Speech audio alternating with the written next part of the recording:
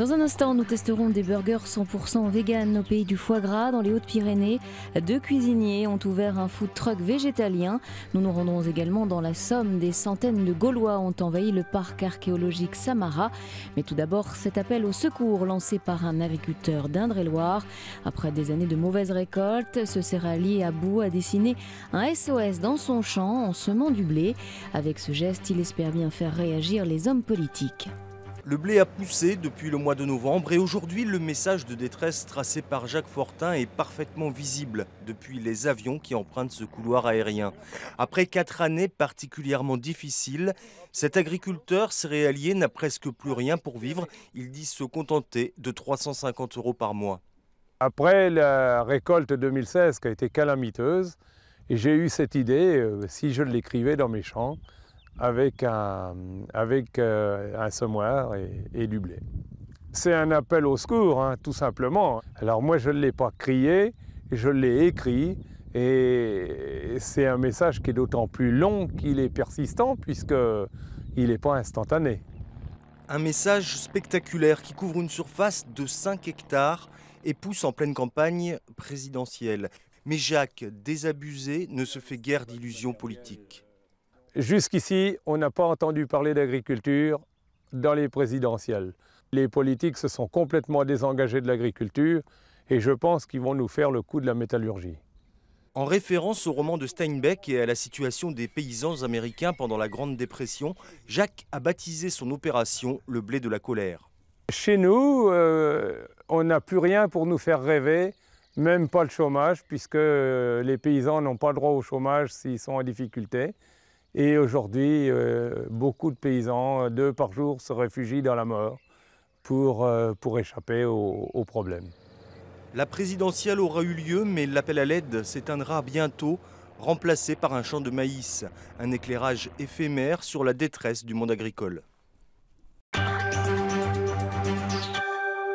Il s'apprête à traverser la France en courant. Brian, jeune professeur de chant dans l'Allier, atteint de mucoviscidose, va parcourir pas moins de 1200 km en 40 jours afin de mieux faire connaître cette maladie qui le touche. Un périple qui partira de Quers dans le Var pour se terminer à Calais. Je vais courir essentiellement tout seul. Par contre, sur mon site internet, je convie les gens en tout cas à me rejoindre sur quelques étapes.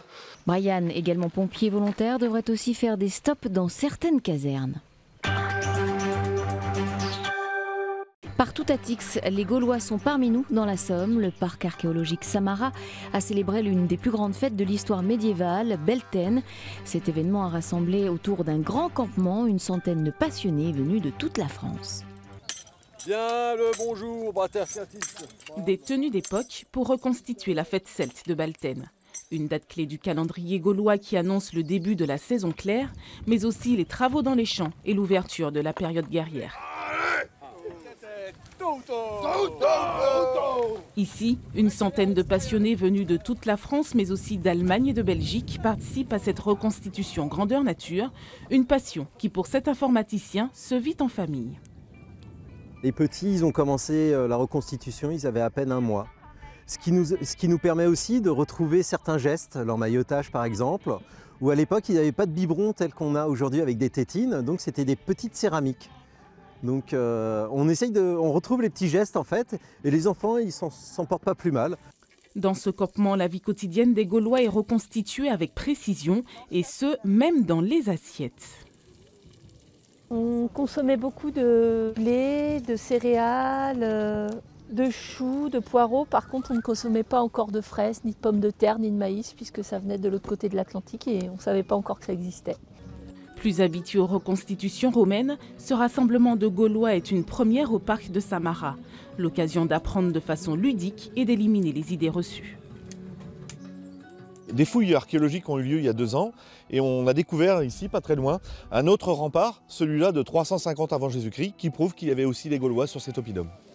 On a longtemps véhiculé l'idée que les Gaulois étaient des barbares vêtus de peau de bête qui vivaient dans des huttes enfumées, prompts à la bagarre, à l'alcoolisme. Hormis le dernier point que je confirme, tout le reste est faux.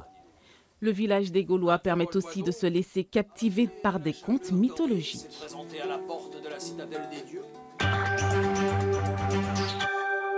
Il roule pour le végétal au pays du foie gras. 2 cuisiniers trentenaires installés dans les Hautes-Pyrénées ont ouvert un food truck vegan. Tous les plats de ce camion-restaurant ne contiennent aucun produit d'origine animale. Une vaste gamme, les food trucks, et celui-ci affiche la couleur résolument verte. Tous les plats sont vegan, sans aucun produit issu d'animaux. Pas de viande, ni fromage, ou même d'œufs. Les alternatives, par exemple aux œufs dans la mousse au chocolat, on met de la kofala.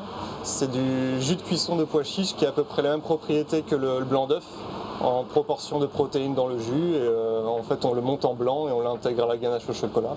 Et, ça fait des choses souvent plus légères. Plus pédagogues que militants, les 2 cuisiniers évitent de trop dérouter leurs clients. Pas de problème pour un burger végétal, les lasagnes, parmentiers, salades et autres tartes composent la carte. La betterave, c'est revenu à la poêle, ça enlève un petit peu tout le côté terreux un peu de la betterave. Et je l'ai fait mixer après avec des noix. Les 2 compères posent leur camion devant des magasins bio à Tarbes, Lourdes-et-Pau. Ils visent ainsi une clientèle soucieuse de son alimentation. Mais au pays du foie gras, de la blonde d'Aquitaine ou du porc noir de Bigorre, le choix du vegan reste audacieux. On nous l'a dit très régulièrement qu'on est courageux d'être ici dans la région, une région montagnarde où est-ce qu'on aime le fromage et la bonne viande. Après on s'en cache pas, on a aimé ça un jour, on a préféré faire le choix de ne plus en consommer. Et il y a quand même une grosse partie de la clientèle qui viennent nous voir, qui sont curieux, qui sont intéressés par une alimentation un petit peu plus différente de ce qu'ils ont l'habitude de manger depuis tout le temps. Les résultats encourageants depuis 9 mois, une clientèle en hausse pousse les 2 cuisiniers à poursuivre leur aventure. Ils cherchent aussi des événements et manifestations pour placer leur camion.